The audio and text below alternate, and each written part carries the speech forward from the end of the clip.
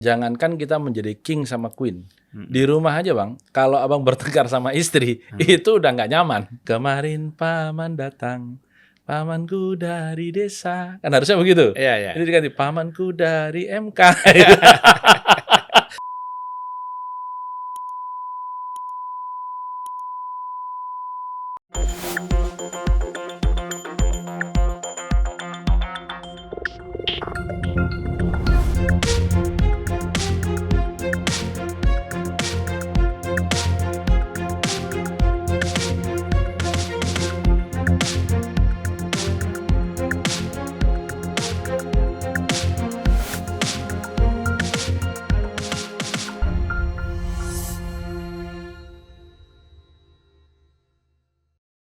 Bismillahirrahmanirrahim.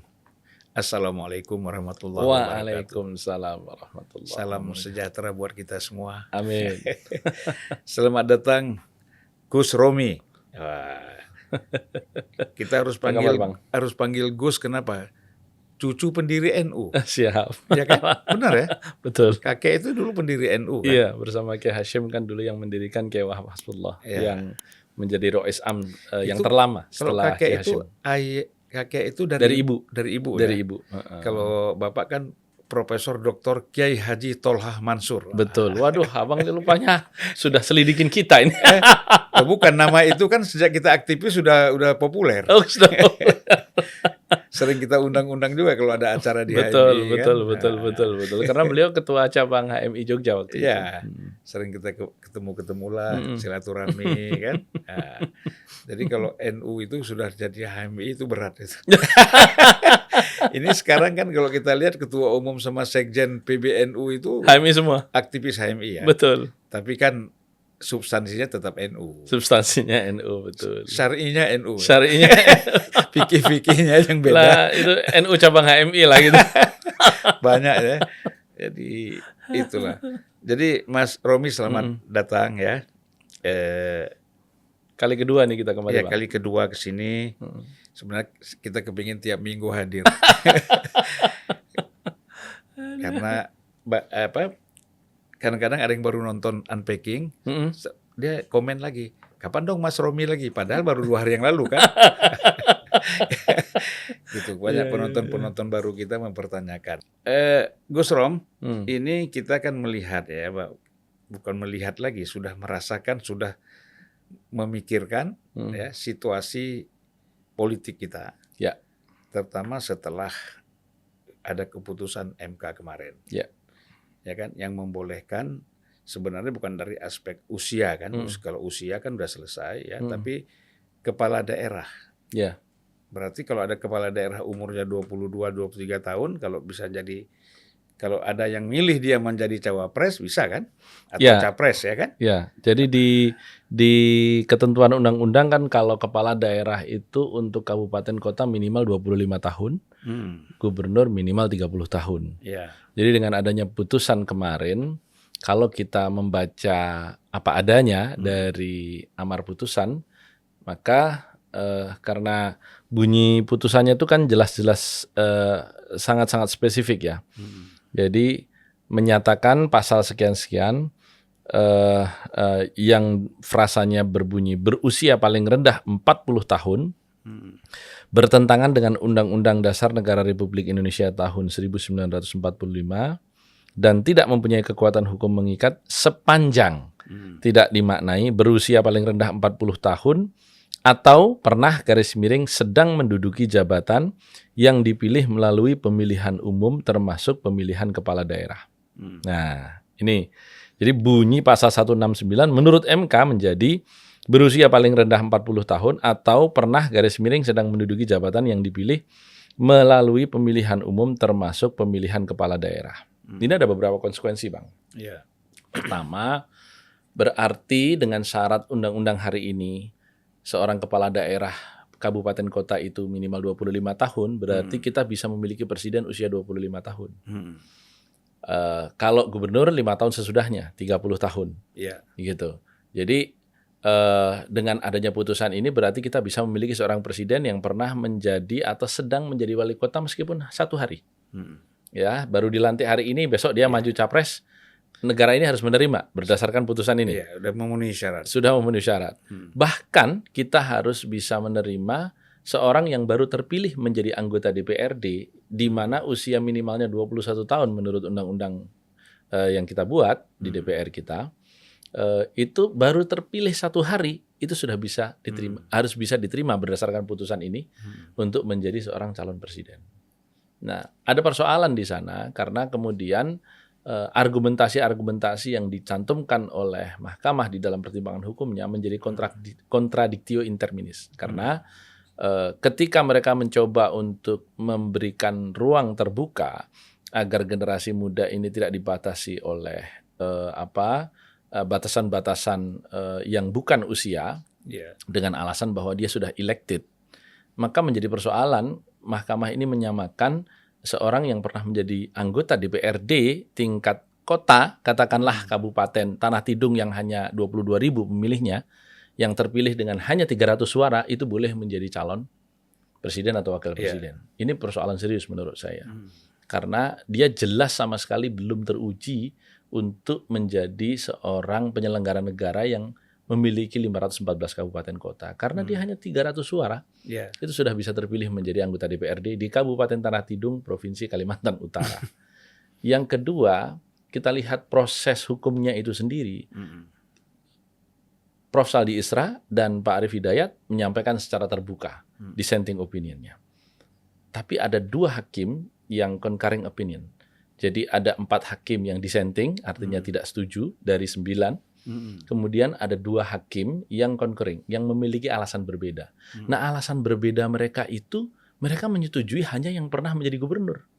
Bukan seluruh orang yang pernah menjadi kepala daerah atau sedang menjadi kepala daerah. Tapi itu ada kata-kata yang pernah jadi gubernur. Gubernur, karena mereka di dalam argumentasi hukumnya itu mengurut dari, DPR menetapkan seorang calon presiden wakil presiden 40 itu sejalan dengan open legal policy yang dibuat oleh DPR. Menjadi DPR baik provinsi, kabupaten kota maupun RI itu 21 tahun. Kemudian naik lagi 1 tahap, kira-kira sudah pernah menjadi anggota dewan di tingkat kabupaten, boleh menjadi kepala daerah sehingga 25 tahun untuk bupati atau wali kota. Untuk provinsi itu menjadi 30 tahun. Sehingga ketika kita mau menyamakan seorang calon presiden ini adalah orang yang pernah menjadi elected officials, seharusnya pada tingkat gubernur. Karena dia sudah memiliki kompleksitas mengelola lebih dari 1 kabupaten kota. Nah, kenapa kemudian disimpulannya sebagai amar, itu kok bisa disimpulkan 5 hakim menerima? Ini persoalan serius menurut saya. Jadi ada persoalan hukum di luar prosedur hukum yang oleh hakim konstitusinya sendiri dinyatakan sebagai di luar nalar, artinya ada sebuah kekuatan yang tidak kita lihat melakukan intervensi atau mempengaruhi para hakim konstitusi ini.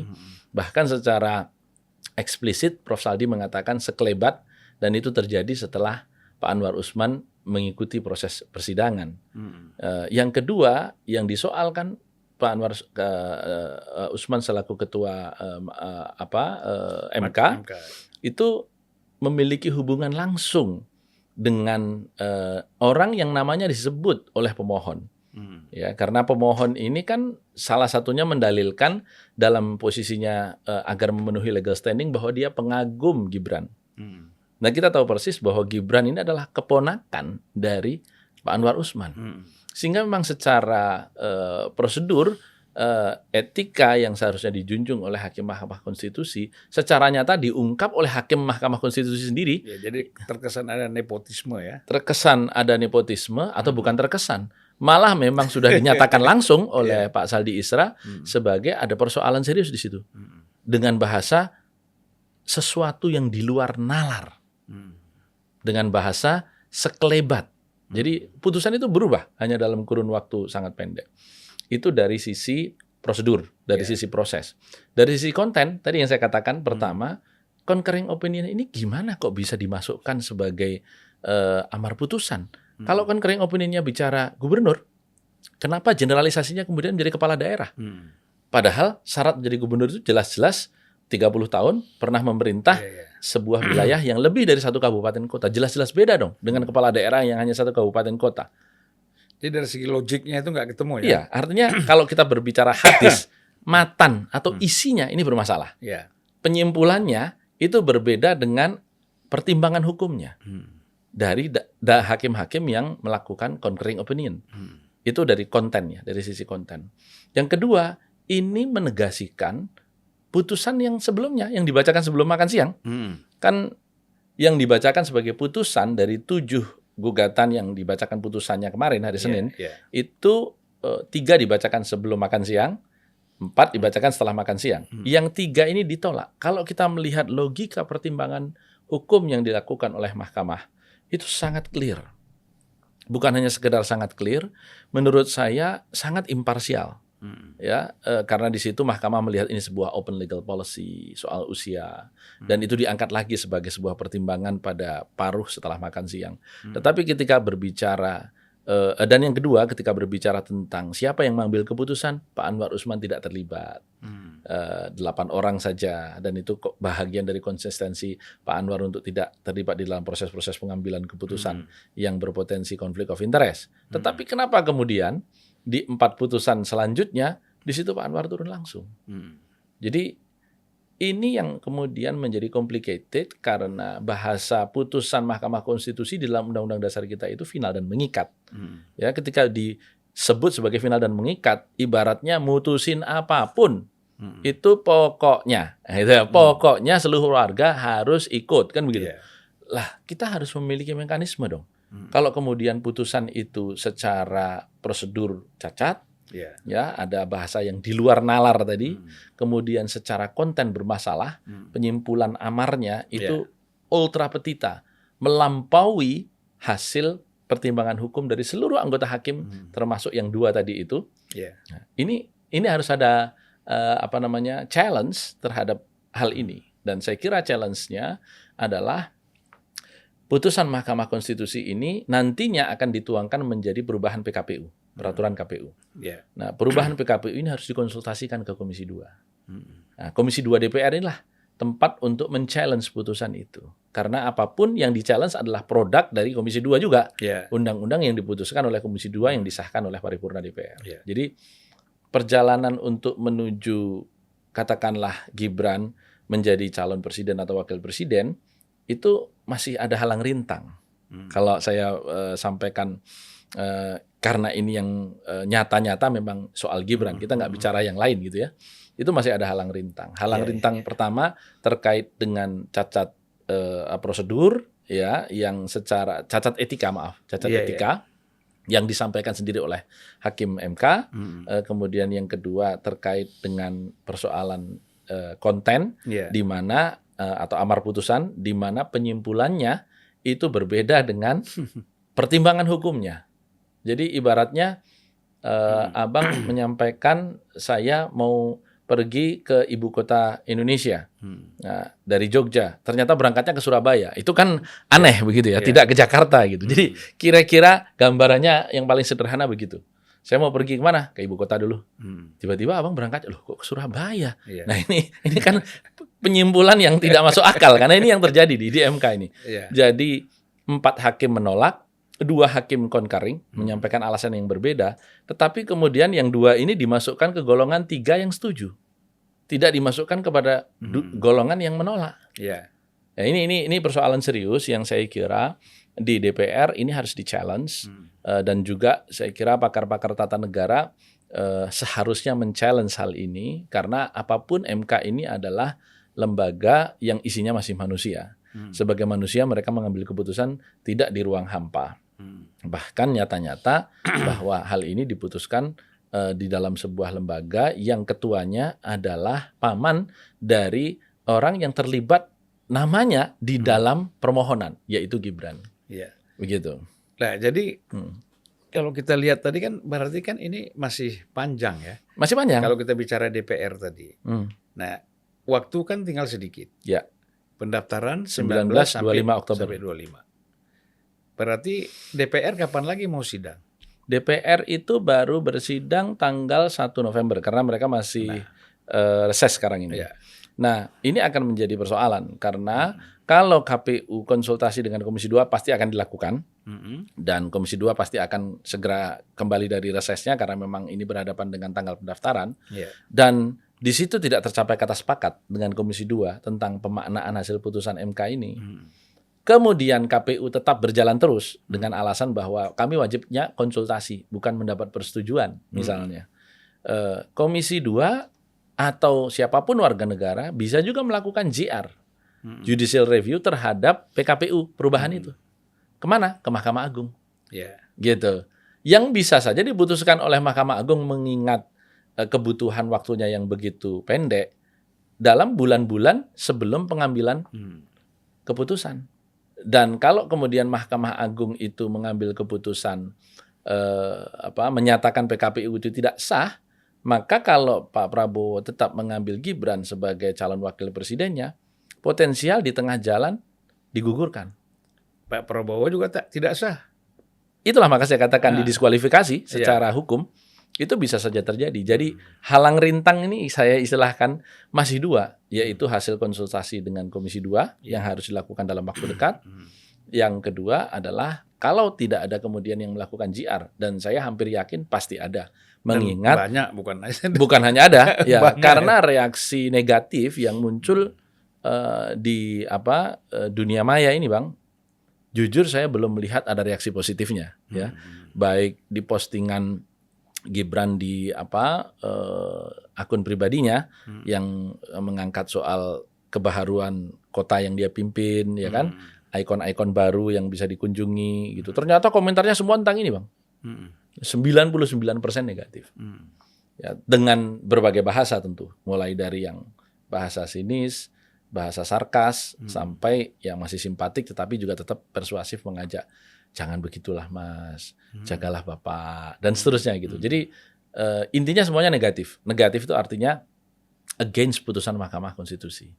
Nah, melihat gelombang suara netizen yang seperti itu, saya kira potensi untuk putusan MK ini dipermasalahkan apabila diterapkan sangat besar.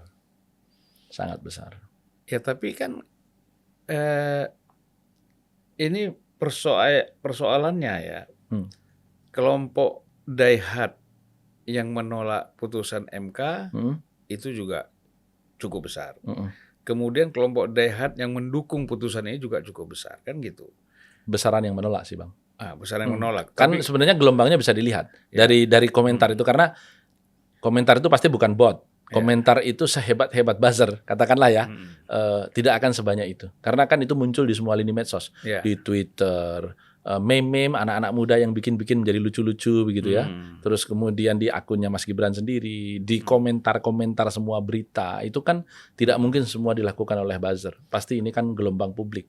Ya, jadi artinya situasi ini walaupun tadi ya tidak seimbang ya di dalam medsos, tetapi ketika terjadi persoalan politik yang serius, artinya katakanlah terjadi yang agak demonstratif, misalnya di jalan ya kan, atau di depan gedung MK, di depan DPR, ya secara masif, ini kan bisa mengacaukan situasi, bisa membuat ketidakpastian di dalam proses pemilu kita, karena ini mengandung persoalan yang patut diduga, istilah kayak hukum itu cacat hukum gitu. Jadi ini yang ke depan akan mungkin kita saksikan. Tetapi apapun, keriuhan pasti akan terjadi. Karena kelompok-kelompok intelektual yang dulu merupakan pendukung berat Pak Jokowi, semuanya sudah mulai bereaksi negatif. Katakanlah misalnya surat terbukanya Pak Butet, kemudian Bang Gunawan Muhammad, kemudian ada tulis Bang Eros, Ikrar Nusa Bakti, nulis di Kompas. Kompas ini kan koran paling sopan kan, koran paling sopan sepanjang sejarah gitu. Itu pun sudah keras. Makanya nggak pernah dibredel. Itu pun sudah keras ya, dengan bahasa judul kuoso gendong lali. Jadi kekuasaan itu akan membuat lupa kepada siapapun pemegangnya gitu. Dan itu memang ya kalau dalam kacamata Islam itu memang Qur'ani, memang betul. Karena Quran sendiri juga mengatakan hal yang kurang lebih sama, innal insana la yatgha ar-ra'ahu istaghna. Semua orang akan menjadi despotik manakala melihat dirinya istaghna, serba cukup. Ya. Gitu. Jadi memang ya kok jadi begini Pak Jokowi? Ya Qur'annya saja mengatakan begitu. Jadi Pak Jokowi masih manusia, tidak terlepas dari pasal ini gitu. Begitu, Bang. Ya itu kalau secara umum kita ambil hindarilah ubud dunia kan. Iya. Karena ubud dunia itu bisa lupa diri. Iya. Betul. Ya, jadi kita kan masuk sekarang ini ya. Mm-mm. Tadi luar biasa sudah dijelaskan oleh Gus Rom ya tentang persoalan putusan dan MK. efek akibat daripada putusan MK ini. Ya. Jadi ini saya udah lihat ini kok alumni ITB. Tapi pembahasan hukumnya yang jelimet juga bisa. Ini karena Saya ingat Bung Karno Indonesia menggugat nih. Iya. Tapi ini bukan karena ya saya seorang guru besar di bidang hukum tata negara, tetapi sedikit banyak buku-buku itu kita baca juga satu. Yang kedua, kita kan kemarin waktu 2014 sampai 2017 berperkara hukum dalam dualisme partai politik di internal partai kami kan cukup lama. Jadi akhirnya saya mengambil sarjana hukum honoris causa waktu itu. Untuk membuat kita harus tahu ini perkara ini bagaimana gitu. Begitu. Nah, Gus Rom, kita masuk pada politik bab kedua. Nah, itu kan tadi satu bab. Iya. Nah, sekarang kan dampak-dampaknya secara politik ya. Kita lihat pasti ada, pasti besar. Artinya gelombang, kalau kita bicara tadi gelombang setuju tidak setuju, oke, ini kan pasti ada elitnya, ya kan? Nah, ini pertarungan elit akibat dari putusan ini seperti apa? Pertama, hari ini kita punya 3 bakal calon presiden. Satu sudah menyampaikan surat kepada KPU mau mendaftar. Dan sudah minta waktu paling pagi, jam 9 pagi, tanggal 19, pasangan Amin akan mendaftar. Jadi itu tidak tergoyahkan, meskipun bombardir Anies Baswedan dan Muhaimin Iskandar. Ini tak tergoyahkan, terlepas dari masalah-masalah yang sedang mengungkungi partai politik pengusungnya. Yang kedua, kita lihat partainya Pak Prabowo. Jika tidak berubah, maka malam ini Pak Prabowo akan mengumpulkan seluruh ketua umum partai politik pengusungnya untuk mengambil keputusan mengangkat Mas Gibran sebagai calon wakil presiden. Nah, tentu hal ini akan mengubah konstelasi. Apa yang berubah? Mas Gibran yang tadinya adalah kader PDI Perjuangan berangkat menjadi wali kota, putra dari presiden kita yang 5 kali mendapat privilege untuk menjadi pejabat publik dari PDI Perjuangan, akan keluar dari PDI Perjuangan karena semua elit PDI Perjuangan sendiri sudah mengatakan bahwa Gibran akan otomatis keluar kalau dia maju tidak sesuai dengan garis partai. Nah, akan kita lihat hanya dalam hitungan jam, ya, karena malam ini ya. Rencananya malam ini Pak Prabowo mengumpulkan. Artinya kalau malam ini mengumpulkan dan dimintai, bahkan saya mendapat informasi Mas Gibran akan masuk Partai Golkar, karena itu merupakan syarat dari Partai Golkar sebagai partai terbesar di koalisi itu. Ya kalau memang tidak bisa terima Pak Erlangga, ya siapapun harus mengambil KTA Golkar. Nah tentu ini akan menimbulkan ketegangan antara Partai Golkar dan Partai PDI Perjuangan, karena memang ada dalam tanda petik pembajakan kader ya. Tetapi tentu itu akan disikapi tersendiri oleh DPP PDI Perjuangan. Saya tidak memiliki kewenangan dan otoritas politik untuk bicara hal itu. Nah, ini yang kedua. Yang ketiga, Mas Ganjar juga akan diputuskan siapa calon wakil presidennya dalam 1-2 malam ini. Karena memang kita juga akan merencanakan pendaftaran dalam hari-hari awal dari tanggal 19 sampai 25 Oktober itu. Jadi para ketua umum juga akan berkumpul untuk memutuskan itu. Nah, itu kemungkinan tidak ada bakal calon lain yang kemudian mendadak akan muncul. Nah, yang kedua, kita berbicara setelah itu, Bang. Kalau kita berbicara setelah itu, maka tadi saya sudah katakan kalau secara hukum keberadaan Mas Gibran sebagai calon wakil presiden Pak Prabowo ini secara hukum masih bisa dipersoalkan, maka itu juga akan memberikan ketidakpastian. Ya, akan memberikan pengenduran semangat dari para pendukungnya. Ini kita udah habis-habisan, jangan-jangan di tengah jalan berbeda pula hasilnya gitu. Nah, ini saya kira juga akan memberikan disinsentif politik tersendiri kepada pasangan ini kalau nanti berangkat. Dan yang kedua, dari sisi PDI Perjuangan tentu energi menjadi lebih menyala-nyala karena mereka merasa kadernya dibajak oleh partai lain untuk menjadi calon wakil presiden. Dan yang kedua tentu kita tahu persis bahwa Mas Gibran melangkah sampai pada posisi hari ini tidak mungkin tanpa blessing dari ayahandanya, yaitu Pak Jokowi. Nah, saya cuma membayangkan saja ketegangan akan muncul antara Pak Jokowi dengan partainya.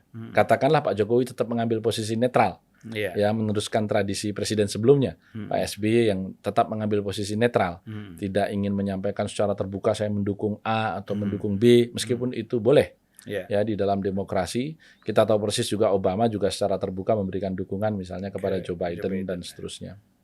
Jadi akan muncul ketegangan karena secara politik tidak bisa memisahkan antara Gibran dengan Jokowi hanya dengan alasan berbeda kepala, berbeda kakak.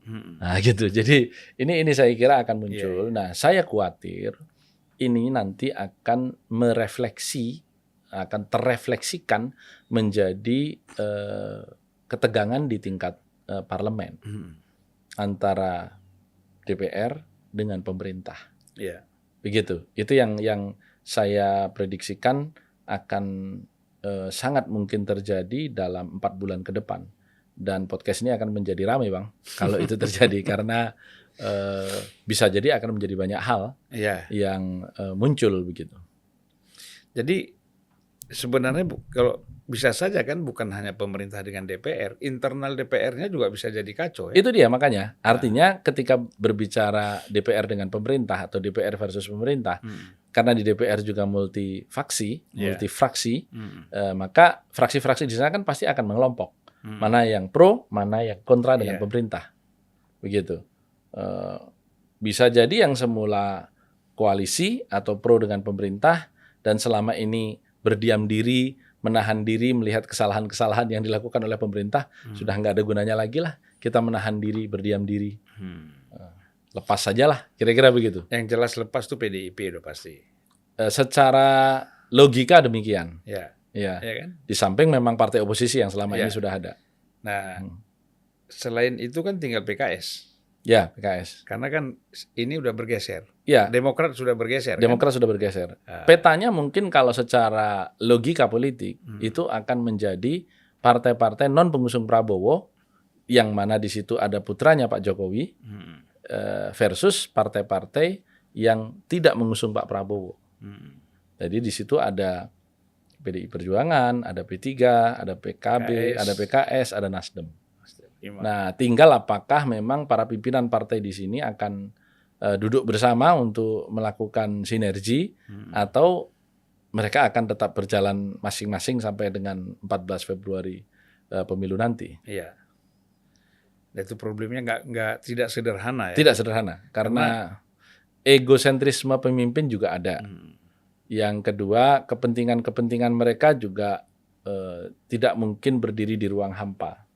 Nah, ini yang saya kira legowoan atau keterbukaan dan kebesaran hati pimpinan-pimpinan partai untuk memungkinkan atau membuat duduk bersama itu terwujud. Tapi kan ada Gus Romi di sana sebagai Ketua Majelis Pertimbangan Partai Persatuan artinya Pembangunan ya.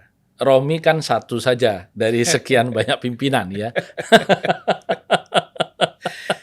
Nah, ini saya mau tanya ya, bagaimana pengarahan dari Ibu Mega sebagai pimpinan koalisi ya? Terkait hal ini. Jika tidak meleset, para ketua umum akan melakukan pertemuan pada sore hari ini untuk menyikapi pembukaan pendaftaran Pilpres, artinya mengambil keputusan tentang cawapres, kemudian mengambil keputusan tentang kapan pendaftaran itu dilakukan, mengambil keputusan tentang penyempurnaan tim pemenangan nasional dan lain sebagainya ya. Artinya kalau berbicara arahan ya setelah putusan MK kemarin belum ada pertemuan kecuali hari ini. Nanti sore. Sore ini rencananya. Jangan-jangan kita lawan gitu kan? Ya abang lebih hafal lah daripada saya. Ya, pasti kalau tipenya Ibu Mega kan begitu kan? Ya, Ibu tuh nggak bisa ditekan-tekan. Ya, dan tidak ada kata-kata mundur. Nah, itu Ibu Mega kalau udah ngomong gitu bahaya itu. Betul. Dan Ibu Mega ini punya pengalaman ngelawan Orde Baru ya? Ya. Karena memang hal itu inherent ya. Beliau lahir dan besar dari istana, kemudian terusir dari istana dalam posisi yang terlukai dan terasing ya selama puluhan tahun, sehingga kalau kemudian jiwa perlawanan itu yang hidup dalam keseharian Ibu Mega ya itu biasa saja, sehingga dalam satu kesempatan kalau beliau mengatakan bahwa saya ini sudah biasa ditusuk dari belakang, dilawan oleh orang yang saya besarkan. Saya kira itu adalah hal-hal yang mungkin waktu Bang Zulfan di sana pun biasa dengar itu kan. Dan kita lihat dalam sejarahnya memang ada begitu. Ya jadi pasti ini kan tadi suasana P3, suasana PDIP ya. Dan pastilah suasana PDIP itu berbeda dengan suasana P3 misalnya. Kalau PDIP kan ini karena kadernya sendiri kan. Jadi problemnya ini emosionalnya itu sangat sangat terlibat ya. Sangat terlibat. Gitu. Nah P3 sendiri bagaimana? Pertama akan sangat bergantung. Solidaritas sebagai teman koalisi. Ya tentu sebagai sebuah koalisi atau kerjasama politik kita akan mengambil sikap bersama, itu pasti satu. Yang kedua juga akan sangat bergantung kepada pilihan calon wakil presiden yang nantinya akan diputuskan. Karena sampai dengan saat ini kami tetap mengajukan Pak Sandiaga Uno. Dan itu bukan karena nafsu P3 untuk mendapatkan kursi calon wakil presiden, tetapi justru kita meminta Pak Sandi untuk bergabung P3 itu karena melihat rekam jejaknya yang memang sesuai untuk kebutuhan Mas Ganjar. Gitu. Dan survei-survei juga cukup tinggi. Dan survei-survei juga selalu masuk 3 besar. Sehingga ketika kita mendorong Pak Sandi itu sebenarnya sudah memenuhi seluruh syarat objektif dari Mas Ganjar. Nah, tapi kan kami bukan dalam posisi pengambil keputusan tunggal. Artinya ya kita harus mendengar dan menyetujui bersama apa kata PDI Perjuangan terutama yang memiliki golden ticket lebih dari 20%. Gitu. Berarti kalau dari hasil menghitung ya kan, analisis dan segala macam ternyata nanti keputusannya bukan Sandiaga Uno menjadi cawapresnya Ganjar, nggak ada problem ya kalau memang rasional ya. Kalau rasional tidak ada problem karena memang ini kan kita berbicara pertama kebutuhan yang diputuskan bersama, bukan keputusan kami sendiri. Kalau kami tuntas 100% Sandiaga Uno begitu. Tetapi kita doakan nanti dapat threshold-nya memenuhi. Amin. Bisa nyalonkan Amin, sendiri. Betul. Tapi kan kita juga sadar bahwa kami hanya satu dari 4 partai politik yang ada di situ. Karena kita juga mendapat informasi, misalnya Pak Haritanu mengajukan Ridwan Kamil sebagai calon wakil presiden. Pak Oso belum mengajukan siapapun. Nah, Ibu kan dalam posisi mendengarkan dan menjembatani untuk ambil keputusan final. Tapi dibahas juga nggak kira-kira bahwa cawapres itu berbasis NU, Nahdliyin misalnya? Sangat ya. Sangat. Karena dari awal Ibu juga menyampaikan kebutuhan NU ini sebenarnya kebutuhan sosiologis. Karena memang berdasarkan survei Kompas bulan Mei 2023, 46% warga Indonesia itu mengaku NU. Dan angka ini angka yang relatif bertambah dibandingkan dengan survei yang dilakukan oleh salah satu lembaga riset Jepang di awal reformasi. Karena di awal reformasi itu yang mengaku sebagai warga NU tidak mencapai 30%.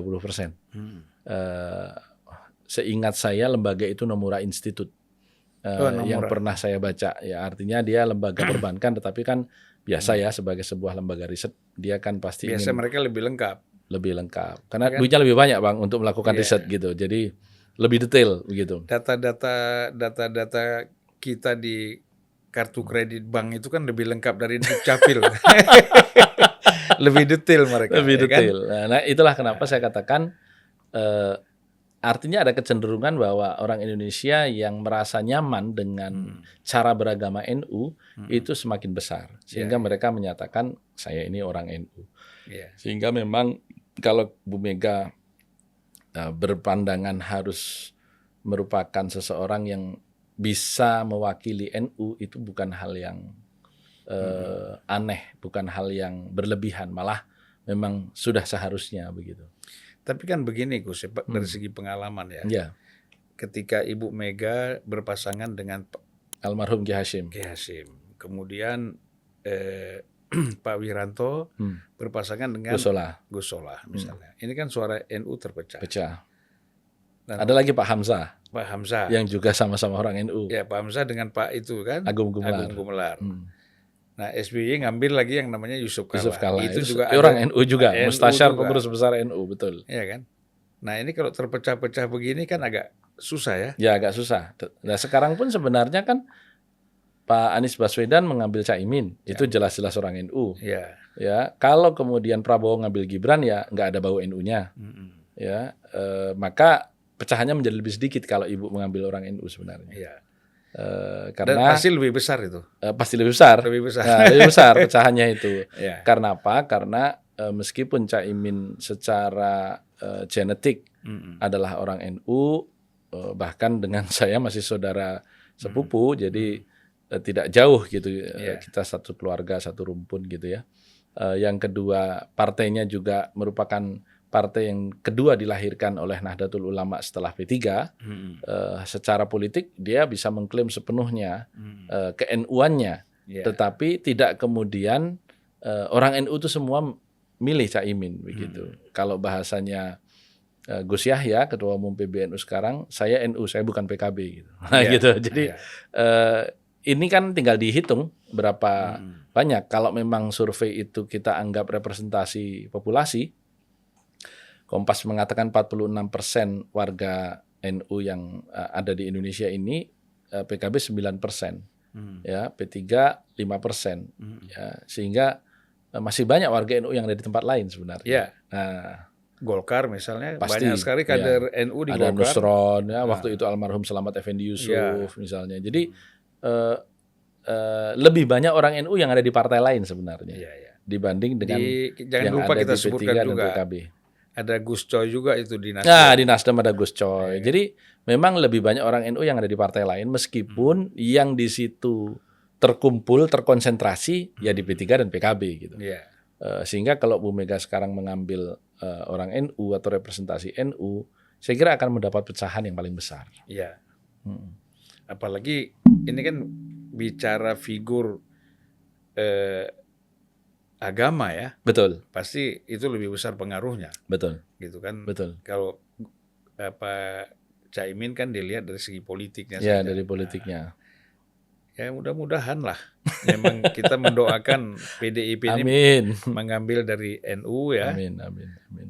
Saya kira sih hampir pasti sih. Gitu ya. pasti. Cuman belum tahu siapa ya. Ya, namanya nggak jauh beredar, nggak jauh dari nama-nama yang beredar. Kan saya terakhir sudah mengatakan sekarang ini nama tinggal 3, Bu Khofifah, Pak Sandi, dan Pak Mahfud. Ya, satu dari 3 itulah trivia lah kalau kita main gitu kartu. Ya kalau Bu Khofifah kan masih kepingin satu periode lagi jadi gubernur. Iya, tapi tidak ada salahnya juga kalau ditawari dan mau menjadi calon wakil presiden kan. Saya kira udah selesai itu kalau Khofifah yang jadi wakilnya Ganjar. Artinya banyak menangnya. Ya, betul. Itu sudah logika politik sederhana saja itu betul, udah pasti. Betul. Karena Khofifah itu jangan dilihat sebagai Gubernur Jawa Timur. Iya, Khofifah adalah ketua umum dari organisasi Islam perempuan terbesar di Indonesia. Dan dipercaya sudah 3 periode ya? Untuk menjadi gubernur baru 1 periode. Bukan, Kalau di Muslimah sudah 3 periode. 3 periode. Iya. Dan kemungkinan kalau dia mau lagi 4 periode. Saya kira Hebat itu sekali. sangat mungkin. Dan reputasinya selama ini relatif bersih. Kemudian pengambilan keputusan publiknya juga reasonable. Tidak ada hal yang menjadi catatan khusus lah. Dan yang paling bahaya kalau dia kampanye pidato, wahai wanita perempuan Indonesia bersatulah. Itulah. Wah, terlalu lama kita ini ditindas. Itu luar biasa itu, bersatu semua. Kesadaran gendernya itu dibangkitkan, dia udah dapat 49% dari pemilih kan? Iya. Belum lagi istri-istri dari pemilih yang lain. Itu dia makanya. Iya kan? Itu. Nah, jadi luar biasa ya. Kalau ini. Jadi Mas Romi khawatir nggak ada chaos? Chaos massa, Iya. saya kira belum terlihat tanda-tandanya. Tapi bahwa akan ada penolakan-penolakan yang terjadi secara masif, saya sudah melihat bibit-bibitnya. Gitu ya. Ya, artinya ini sudah melanda semua usia. Karena diantaranya yang viral apa tadi? Yang 3 orang itu namanya? Yang 3 orang di depan kantor MK tadi itu? Suara netizen. Itu mereka cukup viral itu tadi. 3 orang anak-anak muda, bahkan relatif masih anak-anak lah, ya, yang memparodikan putusan MK itu dan sekarang ini viral di semua di semua yang sudah platform. ada di medsos itu ya, ada Yang sudah ada di gambar-gambar Pak medsos. Jokowi. Oh, itu termasuk meme-meme itu ya. Ini yang 3 orang memperagakan putusan Mahkamah Konstitusi dengan parodi.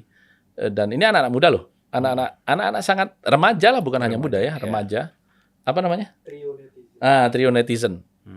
Trio netizen itu cukup viral. Jadi kalau berbicara kemudian, oh enggak, ini karena kan membuka peluang generasi muda akan welcome, sama sekali tidak betul. Yang banyak mengkritik, menyebarkan meme itu kelas anak-anak remaja, SMA, anak-anak semester 1, semester 2 kuliah begitu. Jadi ketika masyarakat sudah menertawakan kepemimpinan sebuah pemerintahan, itu adalah indikasi yang cukup meresahkan. Karena kan memang anak muda ini, remaja, anak-anak muda netizen ini, mereka tidak mau bicara teori yang terlalu jelimet. Ya. Mereka melihat kondisinya seperti apa kan gitu. Iya. Mereka kan memparodikan lagu kemarin Paman Datang itu kan.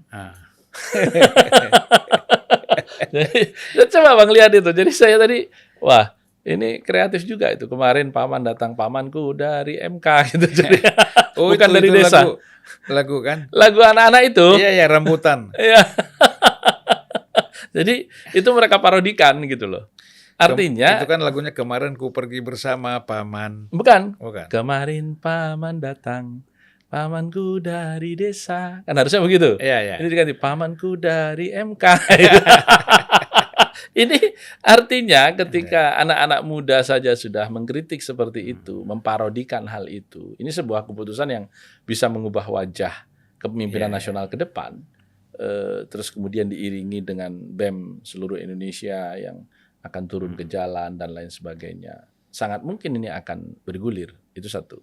Yang kedua, yang saya yakin pasti akan terjadi, ya kegaduhan di DPR. Artinya di panggung politik nasional kita, hingar-bingar itu pasti akan muncul.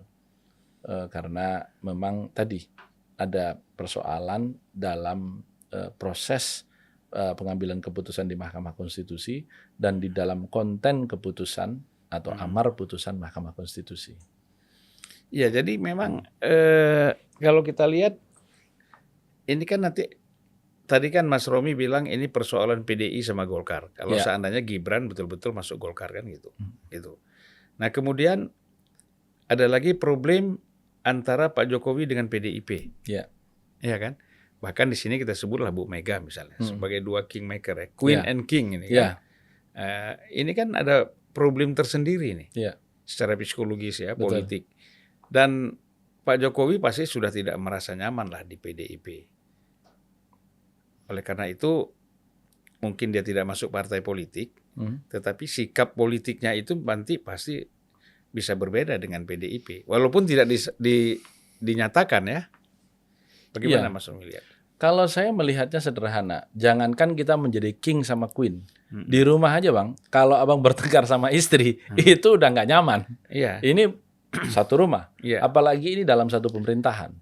Antara king dan queen bertengkar. Iya. Nah pertengkaran king and queen di tingkat sebuah pemerintahan, itu kan terefleksi di dalam keharmonisan antara presiden sebagai kepala eksekutif dengan DPR sebagai kepala legislatif. Artinya ketika di DPR itu ketuanya Mbak Puan, kemudian di sisi lain di sana ada Pak Jokowi, ini kan apapun proses-proses legislasi selanjutnya bisa mengalami hambatan. Karena undang-undang kan harus tanda tangan ketua DPR berdasarkan putusan paripurna.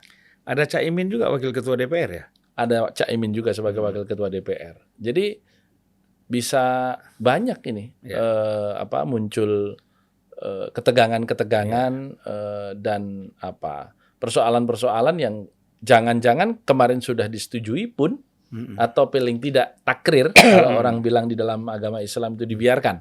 Nah, sudahlah karena orang kita, karena presiden kita. Itu jangan-jangan kemudian muncul menjadi persoalan. Gitu. Dan energi dari kaum intelektual yang selama ini merupakan komponen-komponen pejuang demokrasi non partisan, artinya ekstra parlemen, sangat-sangat banyak untuk tinggal diakomodir gitu. Karena mereka kan selama ini berteriak terus di ruang publik tapi tidak terakomodir ke dalam politik parlementarian. Nah, kalau kemudian itu dimasukkan ke politik parlementarian kan bisa banyak ujungnya. Gus Romi melihat nggak bahwa ini ada bagaimanapun Indonesia ini dalam konteks pemilu ya, ini kan ada kepentingan asing di sini. Sudah ya kan? Artinya kepentingan Amerika, 3 negara besar ini ya, Rusia dan Cina. Nah, ini mereka bagaimana memanfaatkan juga situasi ini barangkali? Saya kira kalau mereka memanfaatkan pasti dengan sangat hati-hati. Bahwa keterlibatan Amerika sebagai sebuah negara dengan perekonomian terbesar itu ada, jejaknya di dalam sejarah politik nasional ada. Dan itu terkonfirmasi secara resmi di dokumen-dokumen Cornell Papers ya, yang memang di Amerika kan setiap peristiwa politik yang sudah 30 tahun rahasia negara apapun boleh dibuka. Sehingga memang keterlibatan Amerika Serikat di dalam proses misalnya pergantian kekuasaan antara Bung Karno ke Pak Harto itu juga nyata terpotret di dalam dokumen-dokumen itu. Nah, kalau sekarang saya melihat menjadi lebih berhati-hati karena siapapun aktor politik hari ini, apakah itu negara, apakah itu personil, seorang pemimpin pemerintahan atau partai politik, itu kan anak kandung transparansi. Kita semua ini sekarang ada di akuarium yang publik bisa melihat apapun yang kita lakukan. Hampir tidak ada rahasia lagi dalam politik ini sekarang, karena seseorang bebas untuk mencuit apapun melalui media sosial. Kemudian seseorang bisa secara tidak diketahui memotret siapapun. Ya, ketika terjadi pertemuan, misalnya kita pikir kita sudah mojok di kafe, di ruko mana begitu, ternyata sebelah kita itu meskipun tidak sengaja memotret begitu. Ini hal-hal yang sangat mungkin terjadi gitu, dan kalaupun mereka terlibat, saya kira akan sangat minimalis karena mereka juga dihadapkan pada persoalan Rusia dengan Ukraine, kemudian mereka sekarang juga mulai sedikit-sedikit melibatkan diri dalam perang Israel lawan Palestina, dan juga Amerika hari ini yang masih menghadapi persoalan ekonominya. Ini hal-hal yang saya kira akan membuat mereka tidak terlalu banyak untuk intervensi kemari. Tapi kita tetap waspada ya. Bukan hanya waspada, menyiapkan diri untuk tidak diacak-acak oleh negara orang. Nah, itu yang kekhawatiran seandainya kita tidak hati-hati, peran mereka itu bisa walaupun situasi tadi di dalam negerinya agak kacau ya, tapi kadang-kadang kan yang intelijennya itu kan masih tetap bisa bermain. Masih bisa bekerja, dan tidak mungkin mereka tidak melihat Indonesia sebagai negara seksi untuk mereka pengaruhi. Karena tingkat sumber daya alam yang kita miliki dan juga jumlah penduduk sebagai konsumen yang sangat seksi untuk menjadi sasaran, dan juga negara Islam terbesar di dunia yang ideologinya juga diametral dengan mereka semua kan. Cina komunis, Amerika Protestan, kemudian Rusia ini saya nggak jelas apa Protestan apa masih komunis gitu ya, tapi artinya tidak ada yang sama dengan kita. Rusia ini kan sekarang mayoritas kan ortodok ya. Ortodok Kristen ya. Nah itu dia makanya.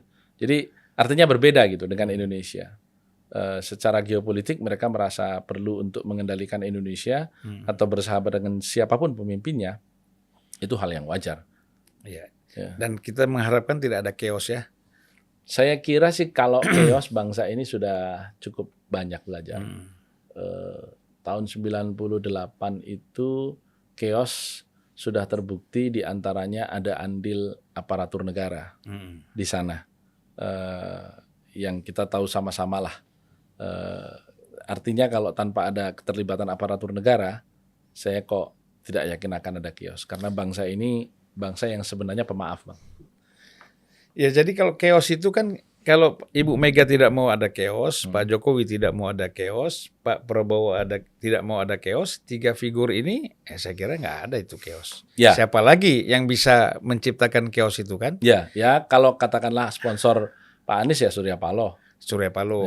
Bisa saja ya, karena kekecewaan dan lain-lain. Tapi saya kira kan kemungkinannya kecil. Dan partai-partai lain, ketua umum partai lain saya kira nggak sampai ke sana lah. Tidak. Pengaruhnya ya. Kalau kita melihat ya, kalau kita masih percaya bahwa mantan presiden pun juga memiliki kemampuan dan jaringan, setidaknya dia berkuasa, misalnya katakanlah Pak SBY 10 tahun, itu juga harus kita hitung. Jadi kalau 3 mantan presiden ini dan presiden, yaitu Bu Mega, Pak SBY dan Pak Jokowi aman-aman, ya ditambah Pak Prabowo yang memang sudah 4 kali maju dan akan kelima ini menjadi calon presiden, juga aman-aman, ya ditambah sponsornya Pak Anies, yaitu Bang Surya juga bilang aman-aman, saya kira. Tambah Pak JK satu lagi. Ya Pak JK kan bersama dengan Bang Surya di tempat Pak Anies kan. Jadi tapi katanya mau dukung Ganjar. Belum ada informasi. Belum ada, baru di medsos ya. Baru di media sosial, dan setelah dilakukan pertemuan juga oleh Mbak Puan belum ada follow up sampai sejauh ini. Saya kira menarik ya apa yang disampaikan oleh Gus Romi ini. Sebenarnya masih banyak yang perlu kita bahas. Siap, Bang. Biar nggak terlalu panjang, dan substansinya tadi, hakikatnya itu sudah tersampaikan. Ya. Nah jadi orang nanti bisa mengambil pemahaman, ya, manfaat dari hakikat ini. Nah itu tinggallah mereka kembangkan sendiri masing-masing ya. Betul. Kita berharap aman-aman, tapi kalau memang kemudian ada ketegangan yang muncul dalam politik parlemen dengan pemerintahan 4 bulan ke depan, itu bahagian dari konsekuensi pertarungan saja. Ya. Baik, Gus Romi, terima kasih banyak atas kehadirannya. Sama-sama. Insya Allah kita jumpa lagi dalam situasi yang akan datang ya. Insya Allah. Jangan bosan-bosan ke Unpacking Indonesia. Iya. Makasih. Sukses selalu. Ya, Assalamualaikum. Waalaikumsalam warahmatullahi wabarakatuh.